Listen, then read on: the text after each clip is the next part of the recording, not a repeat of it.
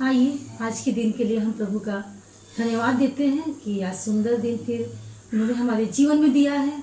और हम देखते हैं कि आज अपने वचन के द्वारा प्रभु हमसे क्या बात करना चाहता है। आज हम देखते हैं परमेश्वर पर हमारी निर्भरता नहीं बदलती है। यह परमेश्वर सभी वादों में विश्वास योग्य है और वह जो कुछ करता है वह विश्वास योग्य है।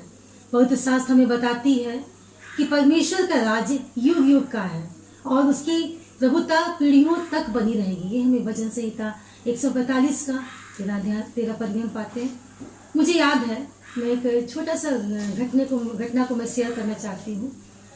मुझे याद है कि जब ढलते सूरज की ओर शाम, जब मैं अपने पति के साथ अपने गांव की खुली हवा में उस शाम का आनंद ले रही थी, आकाश में काले बादल मंडरा रहे थे।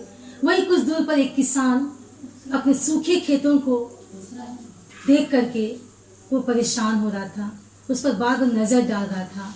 और जब आकाश की ओर देखता है तो उसे देख करके कुछ उसको राहत की सांस लेता है और उसके चेहरे पर एक हल्की सी मुस्कान साफ नजर आती है।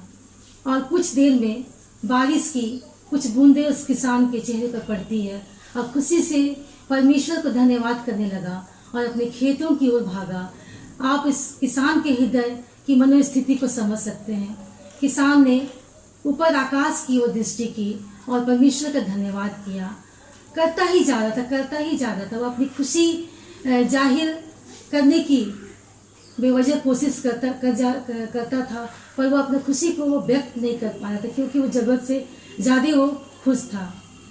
तो हम देखते हैं कि वो किसान की अपार खुशी के बारे में, जो उसकी करुणा परमेश्वर के ऊपर निर्भर रहती है।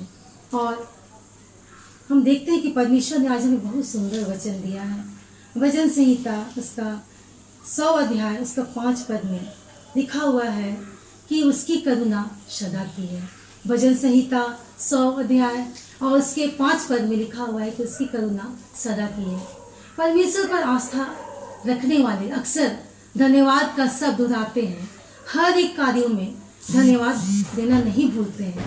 यदि उनका जीवन बहुत अच्छा भी नहीं चल रहा है, लोग ऐसा सोचते हैं कि जब जीवन बहुत अच्छा नहीं चल रहा है तो हम धन्यवाद देना उचित नहीं है, परंतु इसके धन्यवाद और आभार प्रकट करने के लिए हमें कुछ भी बातों की आवश्यकता नहीं है। तब फिर हमें क्यों आभारी या धन्यवादित होना चाहिए। पवित्र शास्त्र हमें बताती है कि सिर्फ यहोवा का वचन को पढ़ना और उस पर अनुसरण करना हमारे लिए अति आवश्यक है। अगर मैं पवित्र शास्त्र के इन सुंदर वचनों को, इस 100 अध्याय के अगर 5 पद को मैं पढ़ती हूँ तो सचमुच में मेरे अंदर एक नई ऊर्जा का संचार हो जाता है और मैं पूरी तरह से परमेश्वर पर निर्भर हो जाती हूँ। हम कुछ पदों को देखेंगे जो हमें बाइबल में बताती है। जकरिया 9 अध्याय में हम पाते हैं 11 से 17 पद में यह कहा गया है कि परमेश्वर विश्वासियों का छुटकारा और उसकी वाचा के अनुसार वो देता है। ईश्वरीय छुटकारा उस दिन आएगा जब युग का अंत होगा। जैसे एक चरवाहा अपनी भेड़ बकरियों की चिंता करता है, परमेश्वर भी हमारी चिंता करता है ताकि हमारा शरीर स्वस्थ और मानसिक स्थिति ठीक हो। पवित्र शास्त्र के अनुसार भला इंसान वह होता है जिसमें अच्छे गुण और जो ऊंचे आदर्शों पर चलता है। एक तरह से हम कह सकते हैं कि करुणा यहोवा के स्वभाव में है। यह कहना सही होगा, इससे मनुष्यों के प्रति यहोवा का प्रेम जाहिर होता है क्योंकि उसकी करुणा सदा की है। ये हमें भजन संहिता 100 अध्याय का 5 पद में हमें मिलता है। हम रोमियो के पत्री उसका 5 अध्याय में पाते हैं, उसके 7 पद में लिखा हुआ है कि भलाई करने वालों की धार्मिकता दूसरों के खातिर किए गए कामों में जाहिर होता है। जी हाँ, भलाई करने वालों की धार्मिकता दूसरों की खातिर किए गए कामों में जाहिर होता है। इससे कोई शक नहीं कि एक धर्मी इंसान परमेश्वर की व्यवस्था के मार्गों को वफादारी से पालन करता है। हम अक्सर धार्मिकता से ज़्यादा भलाई की तरफ आकर्षित होते हैं। एक इंसान अपने धार्मिक कार्यों को, भलाई को ज़्यादा करने की कोशिश करता है और वो इसमें 2 कदम आगे रहता है, परंतु हमें मौके तलाश करके अपने फायदे के लिए काम करते हैं। धर्मी पर परमेश्वर का अनुग्रह बना रहता है। परमेश्वर भला है, उसकी करुणा सदा की। जैसा हमने पढ़ा भजन संहिता 6 अध्याय के 5 पद में, वह राजा के उसके 8 पद के 54 से 61 पदों में हम पाते हैं कि सुलेमान ने यहोवा की करुणा के लिए किस प्रकार उसका धन्यवाद किया, किस प्रकार अपने आभार को प्रकट किया। उसी प्रकार हम एक मरकुस रचित सुसमाचार के 10 अध्याय के हम 17-18 पदों में पाते हैं कि एक धनी युवक और अनंत जीवन की बातों को उसमें दर्शाया गया है। जब यीशु मसीह यरूशलेम के मार्गों पर जा रहे थे तो एक धनी प्रभावशाली युवक उसके निकट आया और घुटना टेक कर कहा, हे उत्तम गुरु का संबोधित किया। और यीशु ने जवाब दिया, मुझे उत्तम क्यों कहते हो? परमेश्वर को छोड़ कोई उत्तम नहीं।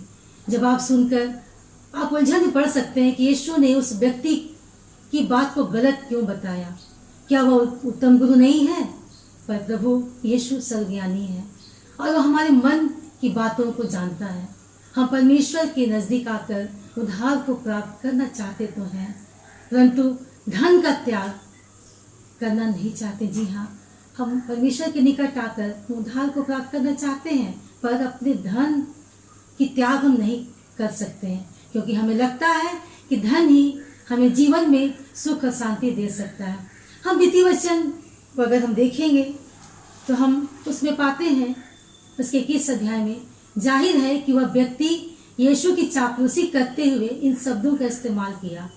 यीशु ने अपनी मर्यादा में रहकर ऐसी महिमा अपने स्वर्गीय पिता की जो उस भलाई में करने में महान है, सबसे महान है, उसको श्रेष्ठ और उत्तम समझा। हम याकूब की पत्री और उसका 1 अध्याय के 17 पद में हम आते हैं तो लिखा हुआ है, क्योंकि हर एक अच्छा वरदान और हर एक उत्तम दान ऊपर से आती है। जी हाँ, क्योंकि हर एक अच्छा वरदान और हर एक अच्छा उत्तम दान ऊपर से ही आती है और ज्योतिषियों के पिता की ओर से मिलता है, जिसमें ना तो कोई परिवर्तन हो सकता है और न कोई अदल बदल के कारण उस पर छाया पड़ती है।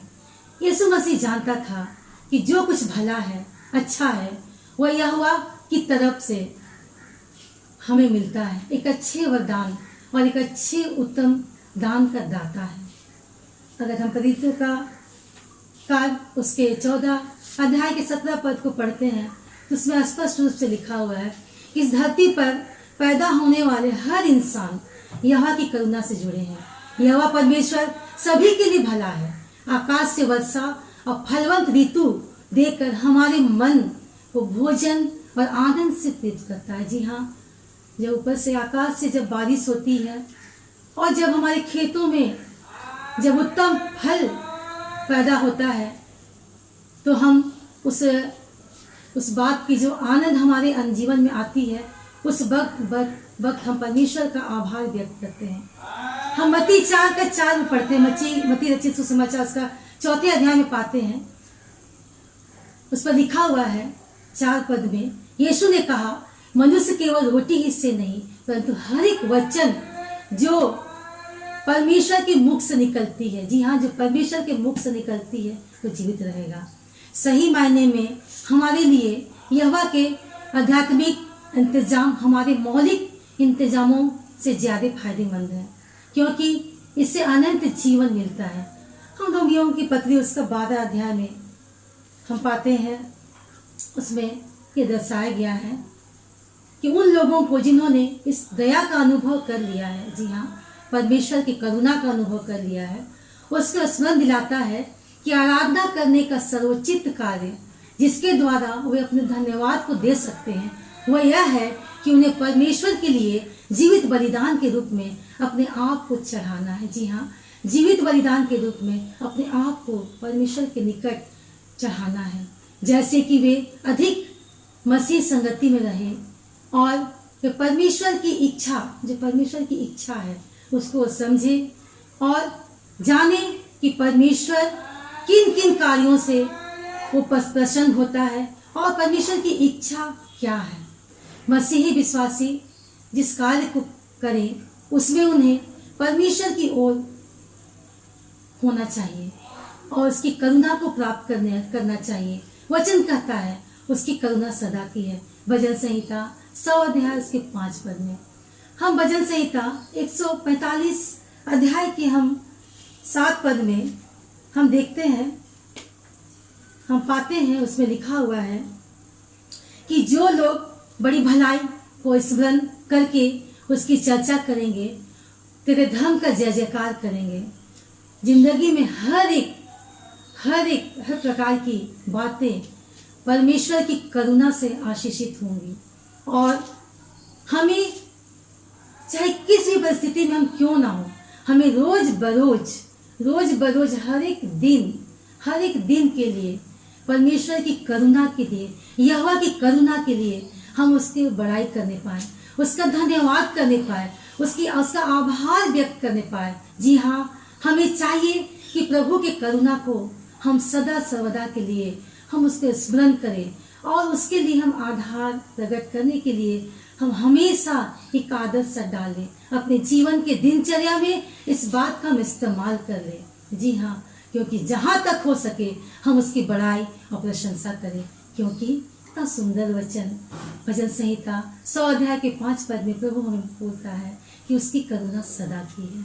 जी हाँ, परमेश्वर की करुणा, यहोवा परमेश्वर की करुणा सदा की है। वो हमारे साथ हर परिस्थिति में निरंतर जब हम सोते भी हैं वो हमारे साथ रहता है, उसकी करुणा हमारे साथ रहती है।